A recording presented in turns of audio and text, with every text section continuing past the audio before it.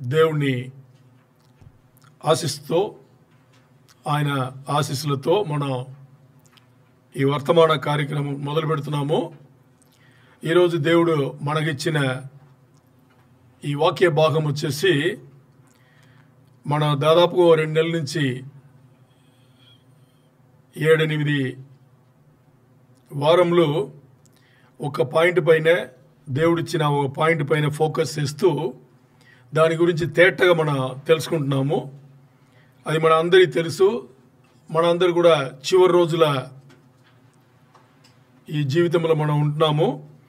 ఈ జీవితం వచ్చేసి జయ జీవితముగా యేసయ్యలో అది కొనసాగించి యేసయ్య మనను పిలుచుకుంటూ వచ్చేటప్పుడు ఆ ఎత్తబడే గుంపులో, సంఘం ఎత్తబడే గుంపులో మనం ఉండాలని, ఆ సంఘం ఎత్తబడుట, ప్రభురాకడ, ద రాప్చర్ మనం మొదలుపెట్టి ఆ తర్వాత రెండో రాకడ, ఈ 2 కలిపి మనం చూసుకొస్తున్నాము. ఎందుకంటే చివరి రోజుల్లో 7 ఏండ్లు వ్యత్యాసంలో ఈ 2 జరగబోతుంది. సంఘం ఎత్తబడతాయి, తర్వాత అంత్యక్రీస్తు ఇశ్రాయేల్ జనాంగంతో ఒక సమాధాన ఉడంబడిక వేసిన క్షణం నుంచి ఇంకా 7 ఏండ్లు ఈ లోకంకు శ్రమ, మహాశ్రమలు రాబోతుంది. ఇది మనం మాట్లాడుతున్నాము. దీంట్లో మొదటి 3 వారంలో ఏదైతే మన ఈ విషయం, ఈ పాఠం మాట్లాడుతున్నామో దీనికి సంబంధించిన పునాది వేసుకునే ఆ విషయంలో 3 వారాలు మాట్లాడామో, దాని తర్వాత 4 వారంలో దీనికి సంబంధించిన దానియేలు అనే ప్రవక్త ప్రవచనం చేసిన 70 వారముల ప్రవచనం గురించి 4 వారములు, పోయిన వారం వరకు మనం ధ్యానం చేసుకున్నాము. దేవుని కృప మనకు అందింది, ధ్యానం చేసుకున్నాము. మరి ఈ వారం వచ్చేసి దానియేలు 70 వారముల ప్రవచనం అయిపోయింది. ఈ వారం మనం మొదలుపెట్టేది ఈ రెండో రాకడ అనే దీని, ప్రభు రెండో రాకడ, సెకండ్ కమింగ్ ఉంది కదా, 7 ఏండ్ల తర్వాత జరగబోయే రెండో రాకడ, దాని గురించి మనం చూడబోతున్నాము. బట్ దాంట్లో ఒక కోణం నుంచి చూస్తున్నాము. ఏం చూడబోతున్నాం అంటే ఈరోజు మనకి దేవుడిచ్చిన వాక్యం, ఇది చరిత్రముల ఎలా ఉంది, చరిత్ర ఆ కోణంలో చూస్తే, హిస్టారికల్ కాంటెక్స్ట్ అంటారు. చరిత్ర కోణంలో చూస్తే మనం దేవుడు మనతో ఏం చెప్తున్నారు అని చూస్తే ఈరోజు మనం చూడబోయేది the end times according to Jesus. అంటే యేసయ్య ఈ చివరి రోజుల గురించిన ఇచ్చిన వర్తమానం దీని చరిత్రలో ఎలా రాయబడింది అంటే బైబిల్లో ఉండేదే, పరిశుద్ధ గ్రంథంలో లెక్కించబడిందే. దీని చరిత్రలో జరిగిన దాన్ని పెట్టి మనం చూస్తే అది ఎలాంటి కోణం అనేది మనం ఈరోజు దేవుడు మన వాక్య భాగం ఇచ్చి ఉన్నారు. ఇప్పుడు మన ఏదైనా వాక్యంలో పరిశుద్ధ గ్రంథం నుంచి మనం ఏదైనా ధ్యానిస్తున్నాము అంటే ముందు మనం ఏం చేయాలంటే ఏదైతే వాక్య భాగం, వచనం మనం ధ్యానిస్తున్నామో అది మాత్రం చూసుకుని మొత్తానికి దానికి అర్థం కనిపెట్టాలి, అర్థం చూసుకోవాలి అని చెప్పేసి ప్రయత్నం చేయకూడదు. కాంటెక్స్ట్ అంటారు ఇంగ్లీష్లో. ఏమంటారు? కాంటెక్స్ట్ అంటారు. అంటే ఈ వాక్య భాగం ఏ పెద్ద వాక్య భాగం నుంచి ఉంది దాని ముందు అర్థం చేసుకోవాలి. అంటే ఒక ఉదాహరణ చెప్పాలంటే ఇప్పుడు ఒక పారాగ్రాఫ్ ఉంది అని అనుకుందాం. ఒక పారాగ్రాఫ్ ఉంది. ఒక పారాగ్రాఫ్లో మధ్యలో ఒక పదం చదివితే పూర్తి పారాగ్రాఫ్ అర్థమవుతుందా? కాదు కదా. అప్పుడు ఏం చేయాలి మనం? ఆ ఒక పదం మనకు అర్థం కావాలంటే మనకు పదం అర్థమవుతుంది, దానికి మీనింగ్ మనకు తెలుస్తుంది, అర్థం తెలుస్తుంది. మరి ఆ పదం ఎందుకు అక్కడ వాడబడింది అని చూడాలంటే ఏం చేయాలి? ఆ సెంటెన్స్ అంటారు కదా, దాన్ని చూడాలి. అంటే ఒక ఫుల్ స్టాప్ నుంచి ఇంకో ఫుల్ స్టాప్ అని మధ్యలో ఉంటుంది, అన్నీ చదవాలి. అది పూర్తిగా మనకు అర్థం ఇవ్వదు. అప్పుడు ఏం చేయాలి? ఆ పారాగ్రాఫ్ మొత్తం చదవాలి. అది కొంతవరకు అర్థం ఇస్తుంది. మరి ఇంకా అర్థం కావాలంటే ఇప్పుడు బైబిల్లో తీసుకుంటే ఆ అధ్యాయం అంతా చదవాలి. మరి అధ్యాయం చదివిన తర్వాత కూడా ఇంకా ఏదో మిస్సింగ్ ఉంది అంటే ఆ అధ్యాయం ముందు ఏముంది, వెనక ఏం చెప్పబడింది అని చూసి ఇలా వెళ్ళేటప్పుడు మొత్తాన్ని ఆ పుస్తకం చదవాల్సిన అవసరం పడుతుంది మనకి. ఏదైతే పుస్తకం ఉందో, ఏదైతే వాక్యం చెప్పే పుస్తకం ఉందో, ఇప్పుడు సువార్త అంటే 4 సువార్తలు ఏదో సువార్త, లేదు రాసిన పత్రికలు అంటే పత్రికలు, ప్రవక్తలు రాసిందా ప్రవక్తలు రాసింది, అది మొత్తం చదివేటప్పుడు ఏ ఉద్దేశంతో దేవుడు వాళ్ళ ద్వారా రాపిచ్చారు అనేది మనకి అర్థమవుతుంది, పూర్తిగా అర్థమవుతుంది. ఈరోజు మనం చూడబోయేది హిస్టారికల్ కాంటాక్ట్స్, అంటే చరిత్ర కోణములో ఈ రెండో రాకడ ఎలా బైబిల్లో లెక్కించబడింది, పరిశుద్ధ గ్రంథంలో లెక్కించబడింది అని చెప్పేసి. ఇది ఈ వర్తమానం వచ్చేటప్పుడు చాలా విషయములు మనకు ఆల్రెడీ వినిందే ఉంటుంది. మరి ఈ కోణంలో ఎలా దీన్ని చూడాలి అనేది మనకు చాలా చాలా అవసరం అన్నమాట. ఇప్పుడు మత్తేయు 21, 22, 23 ఈ 3 అధ్యాయములు చూస్తే మనకు ముందే చెప్పాము, డిస్కోర్స్ అన్నాం, ఆలివెట్ డిస్కోర్స్, ఒలివకొండ ప్రసంగం అన్నాం కదా. డిస్కోర్స్ అంటే ప్రసంగం కదా. అంటే ప్రసంగం అంటే దాని ఏమర్థం అంటే, ఇది మన ప్రసంగంలో 2 ఉన్నాయి మనకు తెలుసు. క్లుప్త ప్రసంగం అంటే షార్ట్ మెసేజెస్, సుదీర్ఘ ప్రసంగం అంటే లాంగ్గా. అంటే ఇక్కడ మాట్లాడింది, యేసయ్య మాట్లాడింది అన్నీ కూడా ఈ ప్రసంగంలో ఎలా ఉంటుందంటే ఒక పెద్ద విషయమును ఉద్దేశించి ఒక్కొక్కటిగా ఆయన మాట్లాడారు. ఇప్పుడు అలాగే ఇప్పుడు ఈరోజు మనం చూడబోయేది మత్తయి 21, 22, 23లో దీని మందిర ప్రసంగం అంటారు. అంటే టెంపుల్ డిస్కోర్స్, మందిరం సంబంధించిన ఎరుసలేం ఉంది కదా, ఎరుసలేం మందిరం, అంటే దేవుని మందిరం సంబంధించిన విషయములు ఈ 3 అధ్యాయములు కూడా తేటగా ఉంటుంది. దీంట్లో యేసయ్య భయంకరంగా మాట్లాడింటారు. యేసయ్య అక్కడ యూదుల పెద్దలు ఉన్నారు కదా, ఈ పెద్దలు వాళ్ళందరూ ఉండేటప్పుడు యేసయ్య వాళ్ళ గురించి భయంకరంగా మాట్లాడింటారు, వాళ్ళకి బోధ ఇచ్చి ఉంటారు, వినరని తెలుసు ఉన్నా కూడా మాట్లాడింటారు. ఇప్పుడు మనకి ఈ అధ్యాయం 21, మత్తయి అధ్యాయం 21, మాథ్యూ చాప్టర్ 21, దీంట్లో ఇక్కడే మనకి ఏమి లెక్కించబడింది అంటే యేసయ్య విజయవంతమైన ప్రవేశం చేశారు కదా, నేనే రాజుని, నేనే మెస్సయ్య, రక్షకుడును అని చెప్పేసి. అది ఏ తారీఖు గుర్తుందా?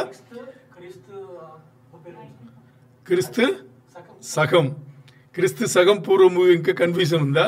క్రీస్తు సగం అంటే యేసయ్య పుట్టిన తర్వాత, క్రీస్తు పూర్వం అంటే పుట్టక ముందు. సరే, ఓకే. ఇది ఏప్రిల్ 6వ తారీఖు 32వ సంవత్సరం. ఇప్పుడు మనం ఎలాగ 2024వ సంవత్సరం చెప్తున్నామో అలాగే 32వ సంవత్సరం ఏప్రిల్ 6వ తారీఖు ఆయన ఏం చేశారు? ట్రయంఫల్ ఎంట్రీ అంటారు. అదంటే విజయవంతంగా ఆయన ఏం చేశారు? మందిరంలో ప్రవేశం చేశారు. ఇప్పుడు ఈ ప్రవేశం చేసిన తర్వాత చాలా రోజులు అక్కడ ఉంటారు. చాలా రోజులు అంటే ఎన్ని రోజులు మనకు తెలుసు? 4 రోజులే.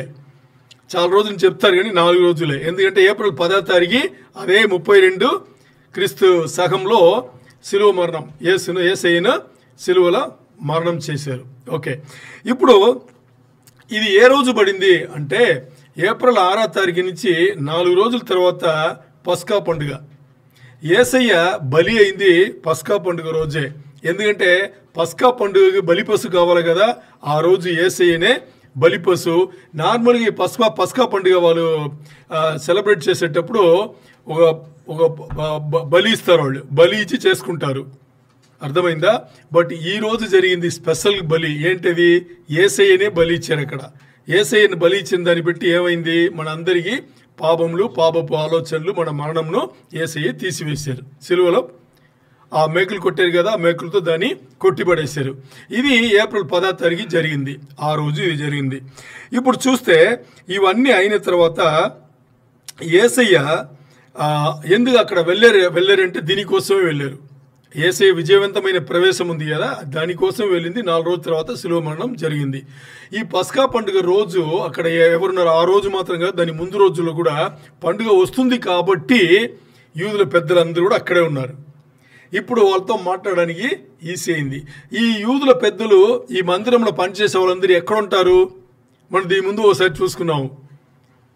అదే బెత్ఫేజ్, అంటే యేసయ్య గల్లియా ప్రదేశం నుంచి దిగి వచ్చేటప్పుడు మందిరంకి వెళ్ళే దారిలో బెత్ఫేజ్ అనేసి మనకు ఉంటుంది. మనం ఒక మ్యాప్ వేసి చూసుకున్నాం కదా. ఓకే, ఇప్పుడు ఈ పెద్దలు కూడా అక్కడే ఉన్నారు కాబట్టి యేసయ్యకి బాగా దోహదపడింది. ఆయన ఏమేమి మాడాలో అన్ని వాళ్ళతో అన్నీ చెప్పారనమాట. ఓకే, ఇప్పుడు యేసయ్య వచ్చేసి విజయవంతంగా ప్రవేశం చేశారు కదా మందిరముకు. అది 4 సువార్తలు కూడా చెప్పబడింది. ఇప్పుడు మిగతా కొన్ని విషయాలు చూస్తే ఒక సువార్తలు చెప్పితే ఇంకో సువార్తలు ఉండదు, అలా ఉంటుంది. మరి ఈ సన్నివేశం సంఘటన మాత్రం అన్ని 4 సువార్తలు కూడా. మత్తయి 21:1 నుంచి 11 వరకు, మార్క్ సువార్తల 11:1 నుంచి 11 వరకు, అలాగే లూకా సువార్త 19:29 నుంచి 44 వరకు, అలాగే యోహాను సువార్తల 12వ అధ్యాయంలో 12 నుంచి 19 వచనం వరకు అన్ని రికార్డ్ చేయబడింది. ఇప్పుడు యేసయ్య వచ్చేసి మన పోయిన 4 వారాలు మాట్లాడినట్టుగా యేసయ్య దానియేలు ప్రవచనం చేసిన ప్రవచనం మాత్రం నెరవేర్పు చేయడానికి రాలేదు. ఇంకొక ప్రవక్త ప్రవచనం చేసిన ఆ ప్రవచనం కూడా నెరవేర్పు చేశారు. అది వేరెవరు కాదు, జకరియా అనే ప్రవక్త ప్రవచనం చేసింది కూడా. జకరియా 9:9 తీయండి. జకరియా గ్రంథం నుంచి 9:9 తీసి చదవండి. సియోను నివాసులారా బహుగా సంతోషించుడి. యెరూషలేము నివాసులారా ఉల్లాసముగా ఉండుడి. నీ రాజు నీతిపరుడును రక్షణ కలవాడును దీనుడనై గాడిద పిల్లను ఎక్కి నీ యొద్దకు వచ్చుచున్నాడు. ఆమేన్. ఇది ఈ వచనం చెప్పేది ఏంటంటే యేసయ్య ఏప్రిల్ 6వ తారీఖు క్రీస్తు శకం 32లో మందిరంలో విజయవంతంగా ప్రవేశం చేసిన ఆ రోజు ఆయన ఎక్కి వెళ్ళింది దేంట్లో, గాడిద అనిసింది. గాడిద అనగానే ఇంగ్లీష్లో ఏముంటుంది, గాడిదని ఇంగ్లీష్లో ఏమంటారు, డాంకీ అంటారు కదా.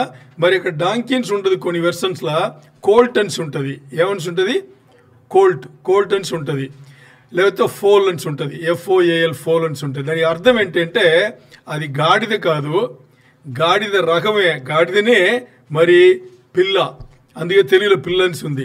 పిల్ల అంటే దానికి అర్థం ఏంటంటే దీంట్లో 2 విషయాలు తెలుసుకోవాలి. అందుకని చెప్పింది ఏంటంటే అది పుట్టి 4 సంవత్సరాల రూపంలో ఉంటే దానికి కోల్ట్ అంటారు ఇంగ్లీష్లో, గాడిద పిల్ల అంటారు. 4 సంవత్సరాలు పైన తర్వాత అది పెద్దదైనట్టు. అర్థమైందా? ఇది 4 దీనికన్నా మెయిన్గా ఏంటంటే ఆ కోల్ట్ లేకపోతే గాడిద పిల్ల అని చెప్పడానికి దానికి అర్థం ఏంటంటే దీని ముందు ఇంకా ఎవరు దాన్ని వాడల, ఏ పని కూడా వాడల, అందుకని దాన్ని కోల్ట్ అంటారు. అలాంటి ఒక దీంట్లో యేసయ్య వాడి ఆ ప్రవేశం జరిగింది. అది మనం అర్థం చేసుకోవాలి. తర్వాత మన చాలామంది అనుకుంటాం జయాన్ అనగానే సియోను పర్వతం చెప్తాం కదా, జయాన్ అనగానే అక్కడే అన్నీ ఉన్నాయి అంటే యెరూషలేములో అన్నీ ఉన్నాయి అనేసి మనం అనుకుంటాం కదా. ఇప్పుడు ఈ జయాన్ అనేది ఎక్కడ ఉంది, యెరూషలేం అనగానే మనం ఏమనుకుంటామంటే అది ఒక పట్టణం అని తెలుసు. మరి ఆ పట్టణం ఎలా ఉంది అనేటప్పుడు మీరు మ్యాప్లో వెళ్ళి చూడండి. ఆ పట్టణం వచ్చేసి ఒకే సమంగా అంటే సర్ఫేస్లో ప్లెయిన్గా ఉండదు, అన్ని కొండలే.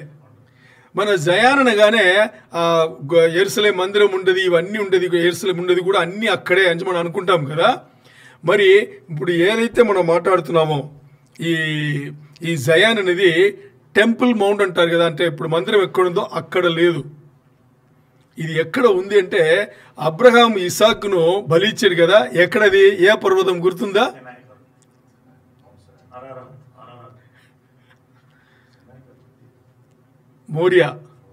మోరియా పర్వతం, మౌర్య అంటారు కదా ఇంగ్లీష్లో, తెలుగులో మోరియా పర్వతం అంటారు. అక్కడే ఇచ్చాడు. అక్కడెళ్ళి ఈ ఇసాక్ను వచ్చేసి బలి ఇవ్వడం జరిగింది. బలి ఇచ్చారా లేదా అబ్రహాము?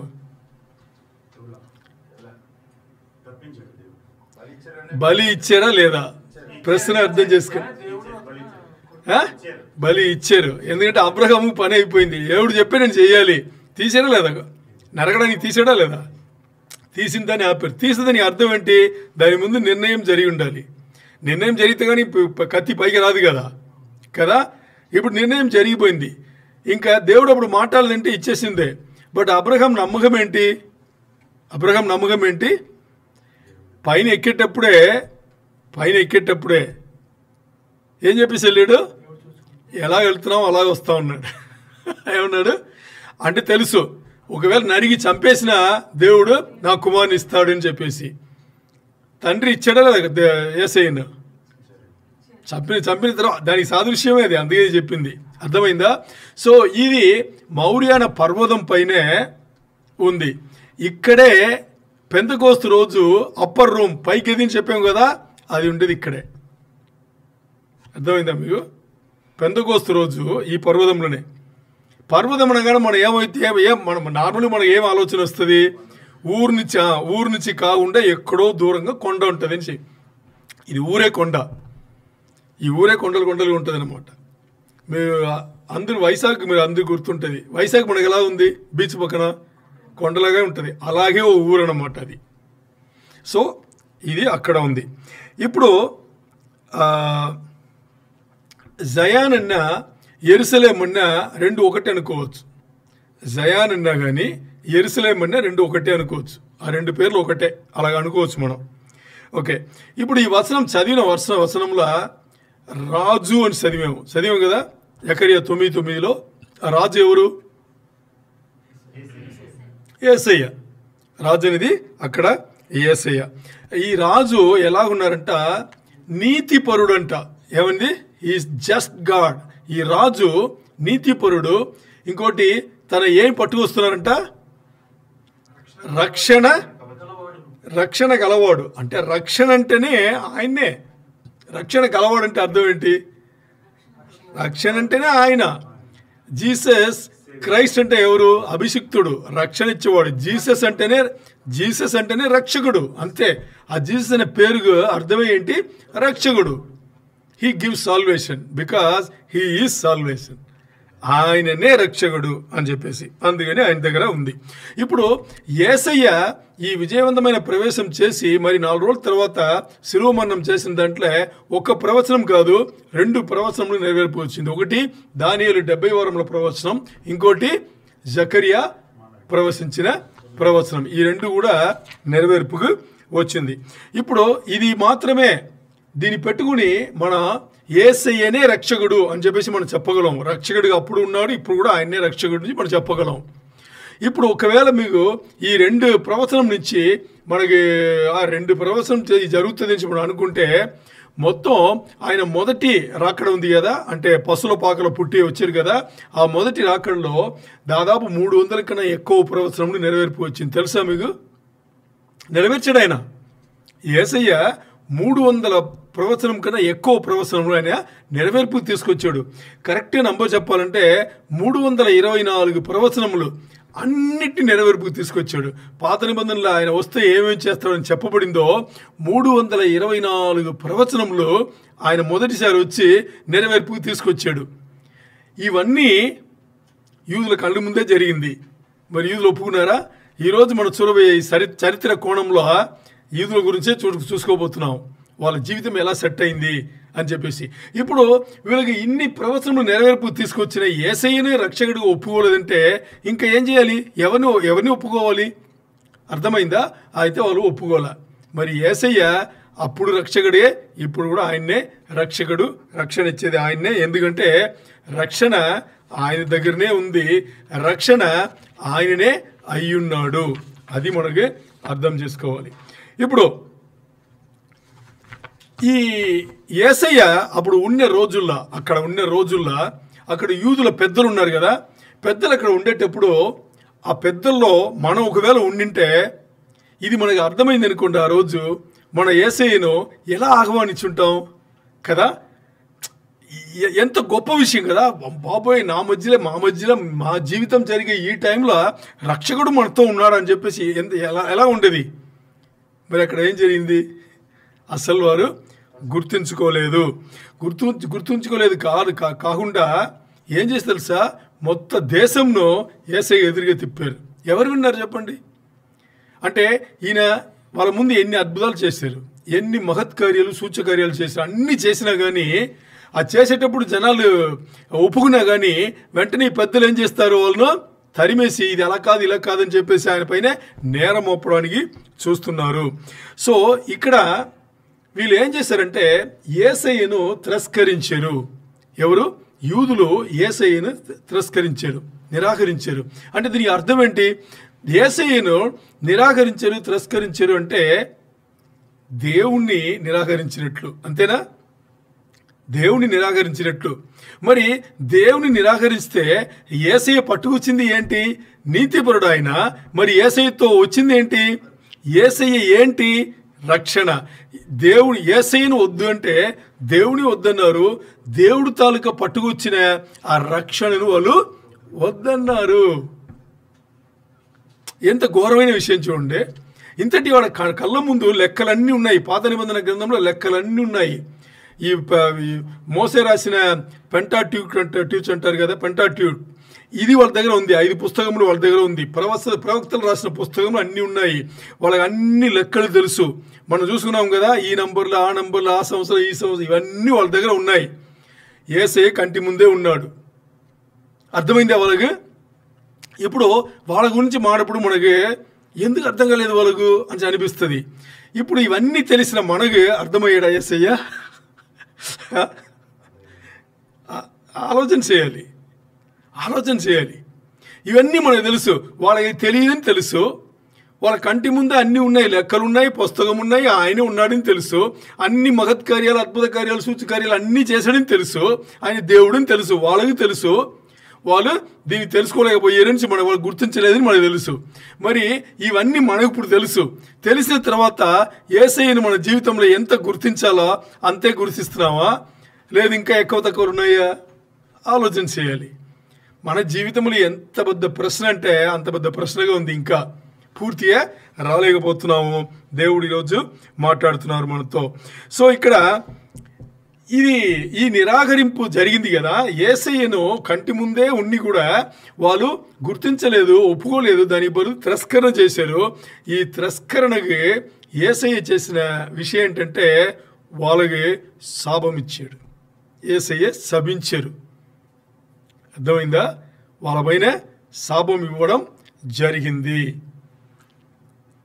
ఈరోజు ఆ కోణంలో చూస్తున్నాం. అర్థమైందా మీకు? ఈరోజు రెండవ రాకడ ఇశ్రాయేల్ సంబంధించిన చరిత్రం కోణంలో మనం చూడబోతున్నాము. వీళ్ళు యేసయ్య దేవుడి దగ్గర నుంచి వచ్చిన ఆ రక్షణను, రక్షణ అంటే ఏంటి అనేది, ఆ రక్షణ కలిగి ఉన్న యేసయ్యే రక్షణ అని తెలియకుండా ఏం చేశారు? నిరాకరించారు. కాబట్టి యేసయ్య ఏం చేశారు? వాళ్ళపైన శాపం ఇవ్వాల్సిన అవసరం పడింది. ఈరోజు మనం చూడబోయేది యేసయ్య వాళ్ళకి శాపం ఇచ్చింది, కర్సు చేసింది. దాని తర్వాత ఈ కర్సు పోవాలంటే, ఈ శాపం మీ దగ్గర నుంచి తొలగిపోవాలంటే దానికి మీరు ఏమి చేయాలనేది కూడా చెప్పిందే ఈరోజు మనం చూడబోతున్నాము. దీనే ఆ చరిత్ర కోణంలో చూడబోతున్నాము. దీనికి బైబిల్ గ్రంథంలో మత్తేయులో ఒక 6 వచనములు ఉన్నాయి. ఒక అధ్యాయంలో చివరి 4 వచనములు, అది 23వ అధ్యాయం. తర్వాత 24వ అధ్యాయంలో ఇంకొక 2 వచనములు. ఈ మొత్తం కలిపి 6 వచనములలో దాంట్లో 2 వచనం మనం తేటగా చూడబోతున్నాం. అర్థమైందా? అదే ఈరోజు మనకి దేవుడిచ్చిన వాక్య భాగం. ఇప్పుడు మత్తయి 23, 36, 37, 38, 39 ఈ 4 చివరి వచనములు. తర్వాత 24లో 1, 2 మనం చదువుదాం. తెలుగులో తీసుకోండి. మత్తయి 23, 36 నుంచి 39, తర్వాత 24లో 1, 2 చదవండి. ఇవన్నీ ఈ తరము వారి మీదకి వచ్చునని మీతో నిశ్చయముగా చెప్పుచున్నాను. యెరూషలేమా ప్రవక్తలను చంపుచును నీ యొద్దకు పంపబడిన వారిని రాళ్లతో కొట్టుచును ఉండుదానా కోడి తన పిల్లలను రెక్కల కింద ఎలాగ చేర్చుకొనునో అలాగుననే నేనును నీ పిల్లలను ఎన్ని మారులు చేర్చుకొనవలెనని ఇంటిని గాని మీరు వల్లకపోతిరి. చదవండి. ఇదిగో మీ ఇల్లు మీకు విడవబడి ఉన్నది. ఇది మొదలుకొని ప్రభు పేరట వచ్చువాడు స్తుతింపబడును గాక అని మీరు చెప్పు వరకు నన్ను చూడరని మీతో నిశ్చయముగా చెప్పుచున్నాను.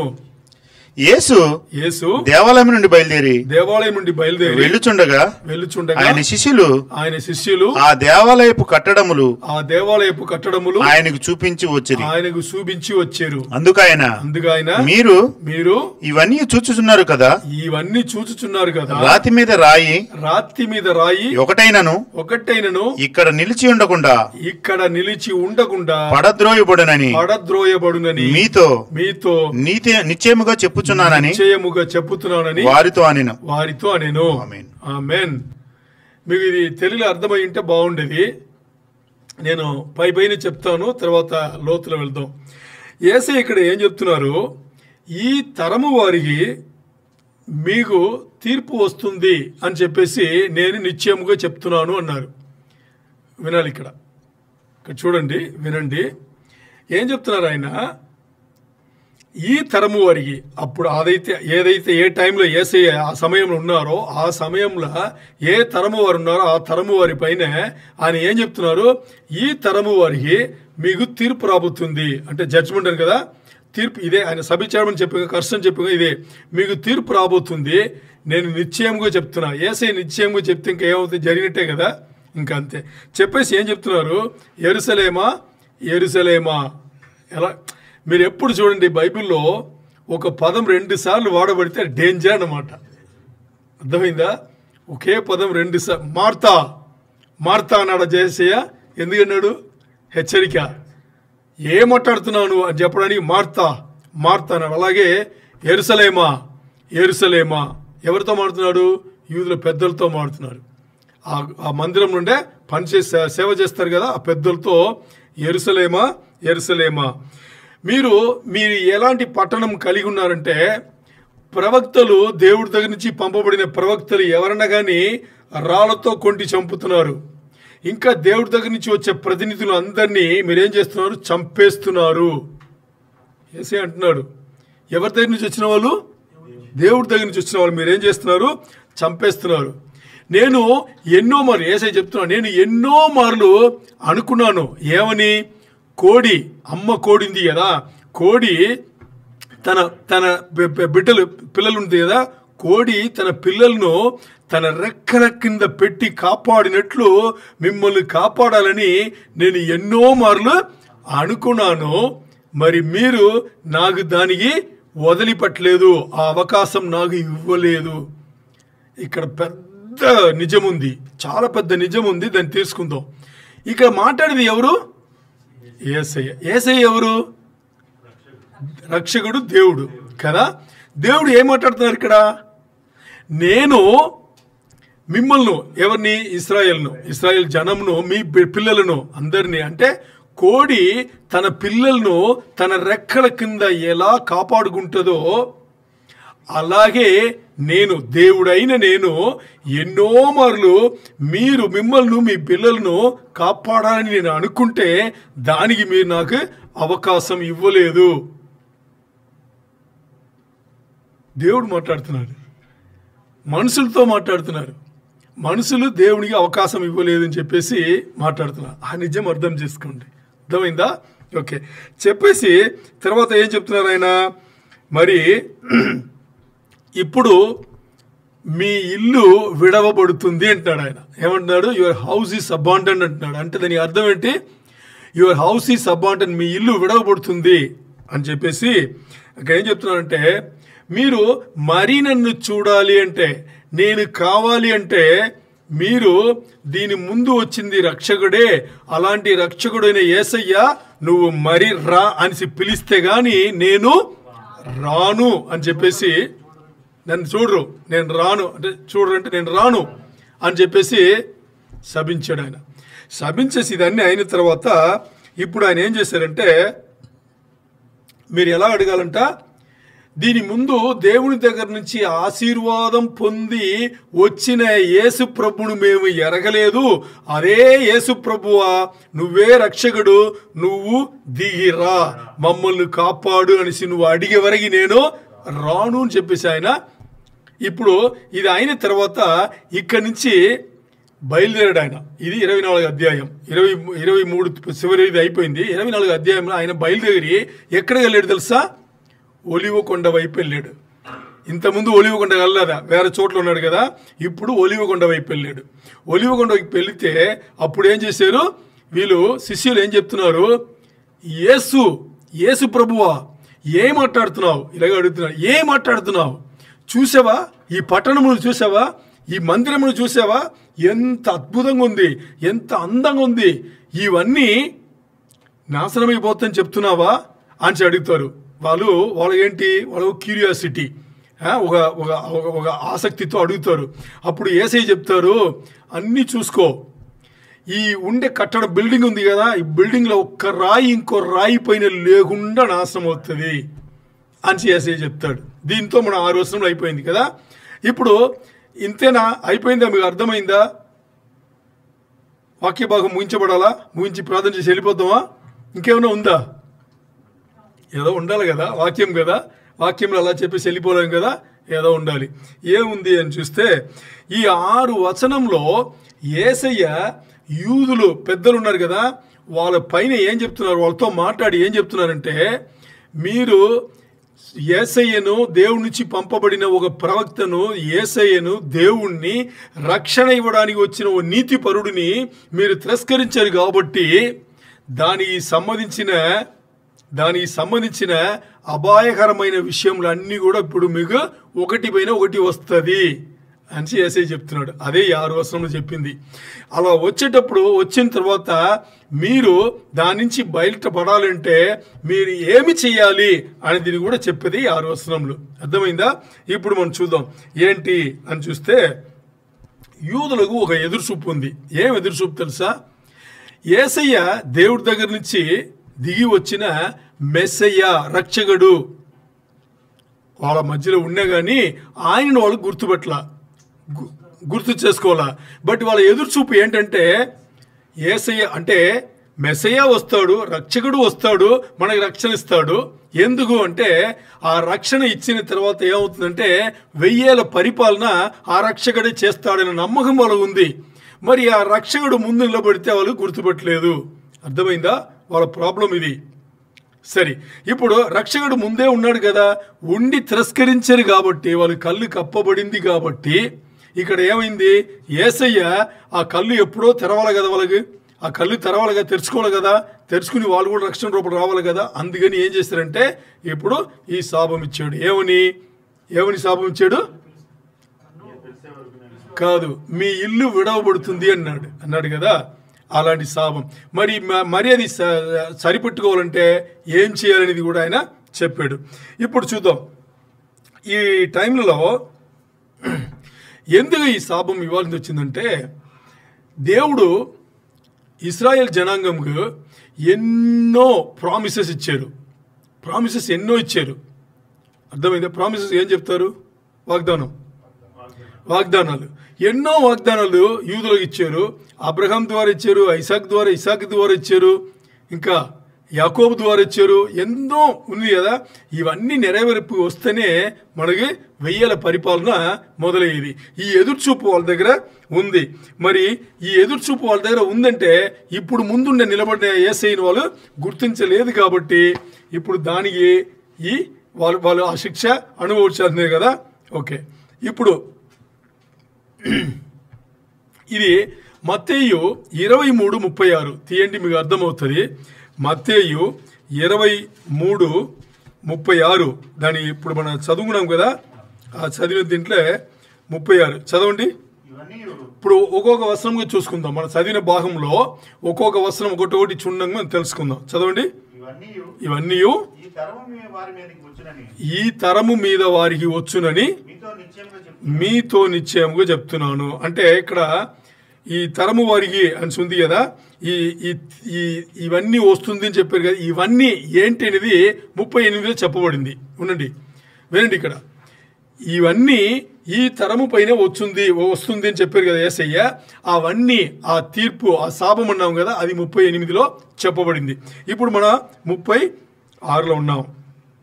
మొత్తానికి 36లో మనకి ఏం అర్థమవుతుందంటే తీర్పు వస్తుంది అని మనకు అర్థమవుతుంది. అంతేనా? యేసయ్య చెప్పింది అదే కదా, తీర్పు, జడ్జ్మెంట్ ఈస్ కమింగ్ అన్నాడు, తీర్పు వస్తుంది అని చెప్పేసి. ఈ తీర్పు వచ్చేసి వస్తుంది అని చెప్పారు కానీ ఈ తీర్పు యేసయ్య ఇష్టపడి ఇచ్చారా? లేదు, యేసయ్య ఇష్టపడి ఇవ్వలేదు. యేసయ్యకి ఏది ఇష్టం? యేసయ్యకి ఏమి ఇష్టం? కోడి తన పిల్లలను రెక్కల కింద పెట్టి కాపాడుకోవాలి కదా, అలాగే ఇశ్రాయేలును వాళ్ళ పిల్లలను అందరినీ యేసయ్య అలాగే కాపాడుకోవాలని ఎన్నో మార్లు ప్రయత్నం చేసినా కానీ వాళ్ళు దానికి అవకాశం ఇవ్వలేదు. అందుకని ఇష్టం లేకపోయినా మరి వాళ్ళు చేసిన తప్పులకు వాళ్ళు శిక్ష అనుభవించాలని చెప్పేసి దాని గురించి 30 ఏళ్ళు రాయబడింది. 30 ఏళ్ళు చదవండి. యెరూషలేమా చదవండి. యెరూషలేమా ఏం చేస్తున్నారు వాళ్ళు? ఎందుకు తీర్పు వచ్చింది? ప్రవక్తలను చంపుతును, నీ యొద్దకు పంపబడిన వారిని రాళ్లతో కొట్టుచును ఉండుదానా కోడి తన పిల్లలను రెక్కల క్రిందకి ఎలాగూ చేర్చుకొనును అలాగుననే నేను నీ పిల్లలను ఎన్ని మారులు చేర్చుకొనవలెనని ఇంటిని గాని మీరు వల్లకపోతిరి. చాలు, అర్థమైందా? ఇప్పుడు తీర్పు ఎందుకు వచ్చింది? దీనికోసం. ఎన్నోసార్లు వాళ్ళని కాపాడుకోవాలి, ఎందుకంటే వాళ్ళు దారి తప్పి వెళ్ళిపోతున్నారు, దేవునికి వ్యతిరేకం చేస్తున్నారు అని చెప్పి ఎన్నోసార్లు కాపాడుకోవాలి అన్నా కానీ మీరు దానికి నాకే అవకాశం ఇవ్వలేదు. మరి మీరు వల్లకపోతిరి అని ఉంది, మీరు దానికి ఎదురు తిరిగారు, మీరు రాలేదు అని చెప్పేసి. ఇప్పుడు ఇక్కడ దేవుని చిత్తం గురించి కొన్ని విషయాలు మనకు చెప్పాలి. ఇప్పుడు మనం ముందే మాట్లాడుకున్నాం. ఈ వచనంలో యేసయ్య ఏం మాట్లాడారు? యేసయ్య అనుకున్నారంట ఎన్నో మార్లు ఉంది. ఏమనుకున్నారంట? కోడి తన పిల్లలను రెక్కల కింద కాచినట్లు నేను మీ పిల్లలను భద్రపరచాలి, కాపాడుకోవాలి, అంటే ఈ వాళ్ళకి సేఫ్టీ కింద పెట్టుకోవాలని చెప్పేసి ఎన్నో మార్లు ప్రయత్నం చేసినా మీరు నాకు అవకాశం ఇవ్వలేదంటే మాట్లాడింది దేవుడేనా? దేవుడు మాట్లాడితే మనుషుల అవకాశం ఇవ్వడం ఏంటి? ఇక్కడ తండ్రి చిత్తం మనకి తేటగా చెప్పబడింది. ఏమని? అన్నిసార్లు కూడా దేవుడు చిత్తంలో ఏదుందో అదే జరగాలని లేదు అనేది ఈ వచనం మనకు చెప్తుందా లేదా? అంతేనా? అదే అర్థమవుతుంది. ఇప్పుడు అనుకున్నది యేసయ్య ఈ పని వాళ్ళకి చెయ్యాలి, వాళ్ళని కాపాడాలని అనుకున్నారు. ఎన్నో మరానే ప్రయత్నం చేశారంట. మరి ఎవరన్నా విన్నారా? వాళ్ళు వినలేదు. ఎందుకంటే ఇక్కడే మనం అర్థం చేసుకోవాలి, మానవులకు దేవుడిచ్చిన స్వేచ్ఛ ఏమవుతుందంటే దేవుడి చిత్తాన్ని కూడా కొన్ని సందర్భంలో ఏమవుతుంది? జరగకుండా చేసేస్తుంది. వాళ్ళు ఆ స్వేచ్ఛను తప్పుడు రీతిలో వాడుతున్నారు. మానవులు అందరే ఆ రోజు ఇశ్రాయేల్ జనాంగం, ఈరోజు మనం కూడా అంతే. మనకి ఆ పూర్తి స్వేచ్ఛ ఇవ్వబడింది, విడుదల ఇవ్వబడింది. మరి ఏం చేస్తున్నాం? మనం దాన్ని సరిగ్గా అర్థం చేసుకోకుండా మన ఇష్టానుసారంగా మనం జీవించి దేవునికి దూరం అవుతున్నాము. అర్థమైందా? అది మనం ఆలోచన చేయాలి. ఇక్కడ అన్నిసార్లు కూడా దేవుని చిత్తం నెరవేర్పు వస్తుంది మనం చెప్పడానికి లేదు. మనిషి యొక్క స్వేచ్ఛ, మనిషికి దేవుడిచ్చిన స్వేచ్ఛ ఏం చేస్తున్నారు? వాళ్ళు అతి ఎక్కువగా వాడుకుని ఏం చేసేస్తున్నారు? దేవుని చిత్తం కూడా పక్కన పెడుతున్నారు. వాళ్ళకి అర్థం కాలేదు అనే విషయం వచ్చేసి ఎప్పుడు అర్థం చేసుకోవాలి. ఇప్పుడు యేసయ్య ఈ తీర్పు వాళ్ళకి రావాలని చెప్పారు కానీ మరి తన ఇష్టంలో చెప్పలేదు. తండ్రి ఇష్టం కూడా అది కాదు, దేవుని ఇష్టం కూడా అది కాదు. ఇప్పుడు దేవుడు ఎందుకు ఇది చెప్తున్నామంటే యెరూషలేము అనే పట్టణమును కానీ ఆ యెరూషలేము మందిరమును కానీ దేవుడు ఎన్నుకున్నాడు. తన నివాస స్థలంగా దేవుడు ఎన్నుకుంది. ఈ లోకంలో దేవుడు తన నివాస స్థలంగా ఎన్నుకుంది ఎక్కడ? యెరూషలేమే. ఎన్నుకుంది యెరూషలేమే కదా. మరి ఇప్పుడు యేసయ్య ఏం చెప్తున్నారు? దానికోసమేరా నేను ఇన్ని మార్లు ప్రయత్నం చేశాను, మీరేం చేశారు? నాకు అవకాశం ఇవ్వలేదు, మీకు వినబుద్ధే లేదు. అది ఇప్పుడు మనం చూస్తే మనకు తెలుస్తుంది. కీర్తన 132:13 మనం చదివితే తెలుస్తుంది దాంట్లో దేవుడు ఏమనుకున్నారని. చదవండి. కీర్తన 132:13. యెహోవా సియోనును ఏర్పరచుకొని ఉన్నాడు. దేని ఏర్పరచుకున్నారంట? ఆయన సియోను అంటే యెరూషలేము అన్నాం కదా. యెహోవా నివాస స్థలం ఉండడానికి దేన్ని ఏర్పరచుకున్నారు? సియోను ఏర్పరచుకున్నారు. చదవండి. తనకు నివాస స్థలముగా దానిని కోరుకుని ఉన్నారు. చూసారా ఏం చెప్పిందని? కీర్తన 132:13 దేవుడు కోరుకునే స్థలం ఏంటి? తన నివాస స్థలంగా సియోను అంటే యెరూషలేము. ఇప్పుడు అదే ఇది స్టార్టింగ్లో అంటే దేవుడు ఏం కోరుకున్నాడంటే, నేను ఈ లోకంలో యెరూషలేమును నివాస స్థలంగా కోరుకున్నాను, నేను ఎక్కడ నివాస స్థలంగా కోరుకున్నానో మీరు అక్కడికి రావాలి, అక్కడ వచ్చి ఏం చేయాలి? నన్ను ఆరాధించాలి అని చెప్పేసి ముందే ఆయన కోరుకున్నాడు. ఇప్పుడు చదవండి, ద్వితీయోపదేశకాండం 12:5 చదవండి.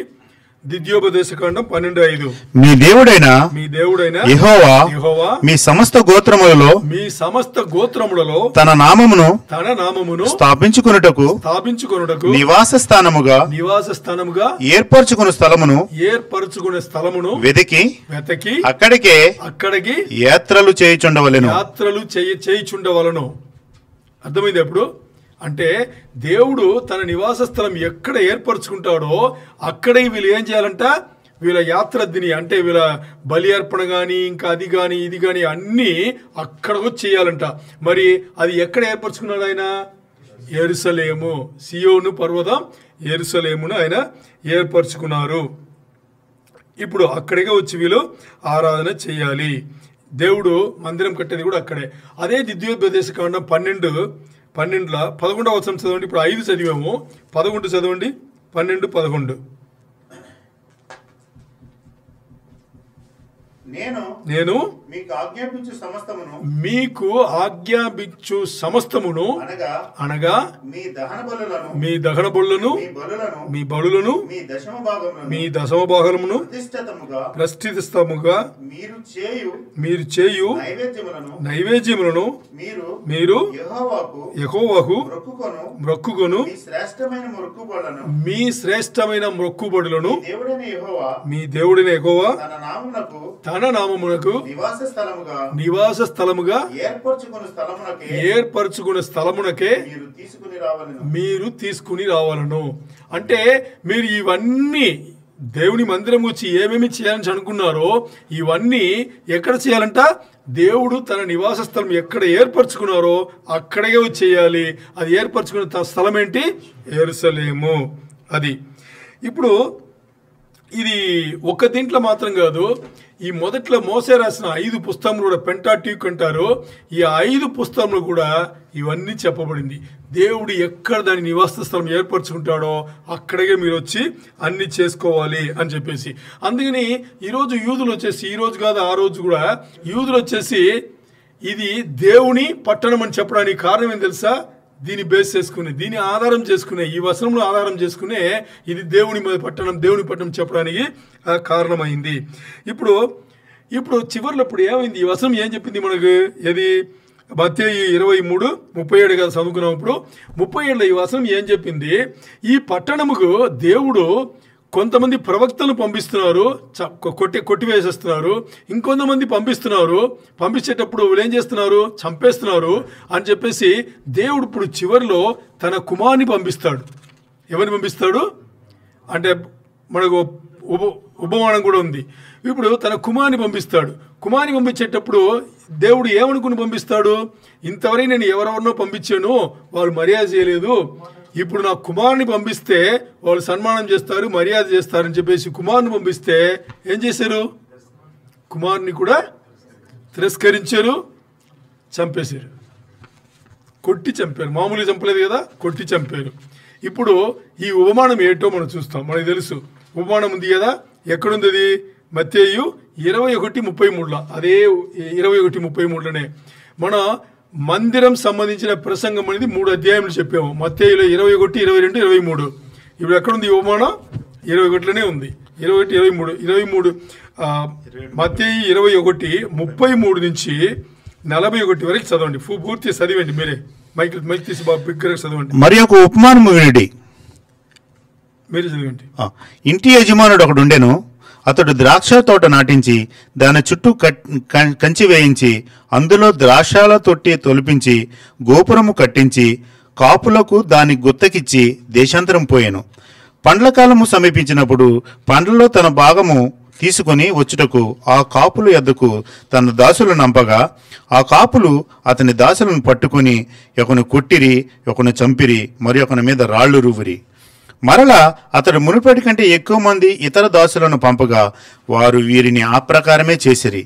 తుదకు నా కుమారుని సన్మానించెదరనుకొని తన కుమారుని వారి యొద్దకు పంపాను. అయినను ఆ కాపులు కుమారుని చూచి, ఇతడు వారసుడు, ఇతనిని చంపి ఇతని స్వాస్థ్యము తీసుకుందుము రండని తమలో తాము చెప్పుకొని అతని పట్టుకొని ద్రాక్ష తోట వెలుపల పడవేసి చంపిరి. కాబట్టి ఆ ద్రాక్ష తోట యజమానుడు వచ్చినప్పుడు ఆ కాపులనేమి చేయుననెను. అందుకు వారు ఆ దుర్మార్గులను కఠినముగా సంహరించి వాటి వాటి కాలము యందు తనకు పండ్లను చెల్లించున్నట్టు ఇతర కాపులకు ఆ ద్రాక్ష తోట గుత్తకిచ్చునని ఆయనతో చెప్పిరి. మరియు యేసు వారిని చూచి, ఇల్లు కట్టి వారు నిశ్చయించిన రాయి మూలకు తలరాయి ఆయన. అర్థమైందా ఇప్పుడు కదా? ఈ ఉపమానంలో ఏం చెప్పబడింది? తండ్రి ఒక ద్రాక్ష తోట వేసి దాన్ని ఏం చేశారంటే కాపులకు గుత్తగా ఇచ్చాడు. గుత్తగా అంటే చూసుకోండి ఇచ్చాడు. అది ఇశ్రాయేల్ దేశం. అర్థమైందా? ఇచ్చిన తర్వాత ఈయన దూరదేశం వెళ్ళిపోయారని ఉంది. మరి ఆ కాపులు అంటే ఆ పళ్ళు వచ్చే టైంలో, అంటే ఆ ఫలం వచ్చే టైంలో, ఆ సమయంలో తండ్రి ఏం చేస్తున్నారు? మనుషులను, వాళ్ళ సేవకులను పంపి ఏం చేస్తున్నారు?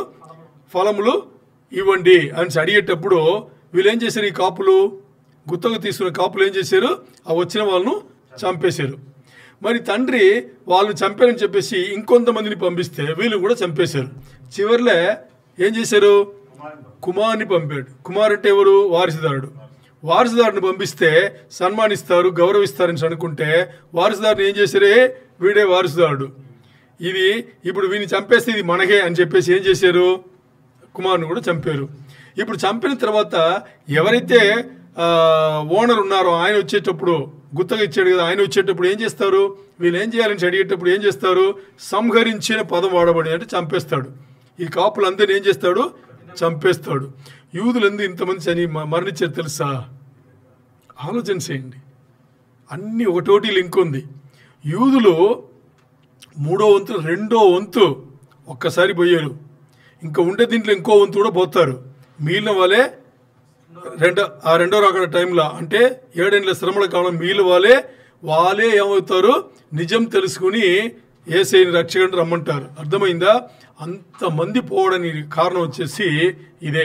వాళ్ళకి ఇవ్వబడిన స్వేచ్ఛకి నిన్న చదువుకున్నాం కదా. మనం ఏమని చదువుకున్నాము? పరిశుద్ధ గ్రంథం ఒకటి చెప్తే దానిపైన కొన్ని కల్పించుకుని ఇంకా రూల్స్ ఎక్కువ పెట్టుకుని వాళ్ళు చేసిన పనులు, యూదులు చేసిన పనులు. అది ఈరోజు మనం చేయాల్సింది ఇది కాదు.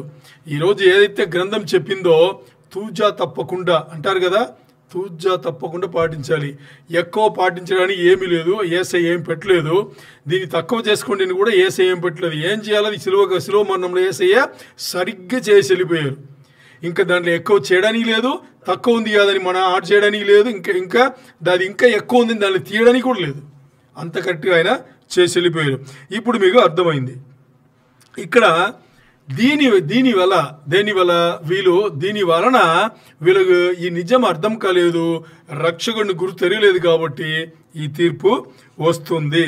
అది ఇంపార్టెంట్. ఇప్పుడు 38 వెళ్తాం. మత్తయి 23:38, 36, 37 చదువుకున్నాము. 38 చదవండి. ఇప్పుడు